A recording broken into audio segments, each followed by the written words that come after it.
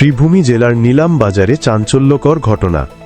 চুরি যাওয়া মোবাইল বাংলাদেশে পাচারের সময় পুলিশের অভিযানে আটক 2 পাচারকারী।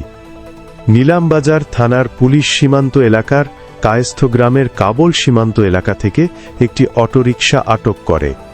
সেই অটোরিকশা থেকেই উদ্ধার হয় মোট 11টি চুরি হওয়া মোবাইল ফোন। আটক 2 যুবকের নাম আমিরুল ইসলাম ও কামরুল ইসলাম। দুজনেই নিলামবাজার থানা এলাকার বাসিন্দা। দীর্ঘদিন ধরেই তারা নিলামবাজার ও আশপাশের এলাকা থেকে মোবাইল ফোন চুরি করে বাংলাদেশে পাচার করত বলে অভিযোগ। বর্তমানে ধৃত দুজনকে থানায় নিয়ে গিয়ে জিজ্ঞাসাবাদ করা হচ্ছে। পুলিশের ধারণাই চক্রের সঙ্গে আরও কয়েকজন জড়িত রয়েছে। পুলিশ ঘটনার তদন্ত অব্যাহত রেখেছে।